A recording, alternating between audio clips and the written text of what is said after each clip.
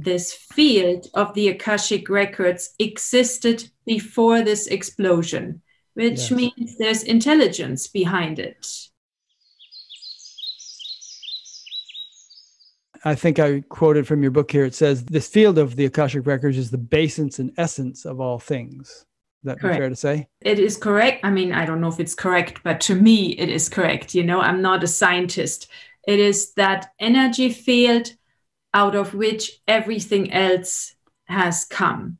Yeah. So in science, they explain it like that before our universe was created, everything was in a tiny little pea, like a pea-sized atom.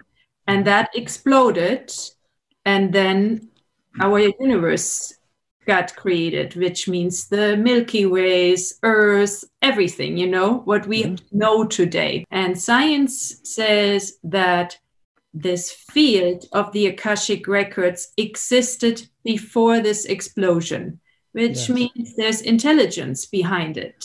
Science would probably say that there's a unified field. That would be their term for it, rather than, they probably wouldn't say Akashic records, but they would say a unified field, which is probably synonymous, maybe, with the Akashic field that you're referring to, and that or if not, correct me, and that everything emerged from that unified field. I mean, the only scientist I've ever heard using the word Akashic records is Erwin Laszlo. I don't know if you've ever heard of him. Oh, yeah. I think you're correct in that way, that they just use different terms for it. But basically, you know, another, I don't know if he's a scientist or is counted as a scientist, Greg Braden. Sure. Yeah, I think he's a geologist originally, but he talks about these things. He talks about that too, and he calls it the field. Or Lynn McTaggart in her book, The Field. So they are all using different words. For me, I use the word Akashic records because I'm familiar with it. I don't differentiate. But yeah, if you want to be totally correct, probably Akashic records is not the term that the scientists would use. Yeah, but I've taken some, as a layman, I've taken physics courses and all. I'm sure you've read books and taken things too.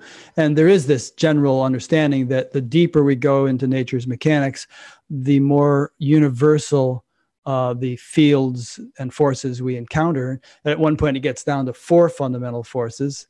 And then they've unified a couple of those. And physicists theorize that those 4 ultimately could be resolved into a single unified field.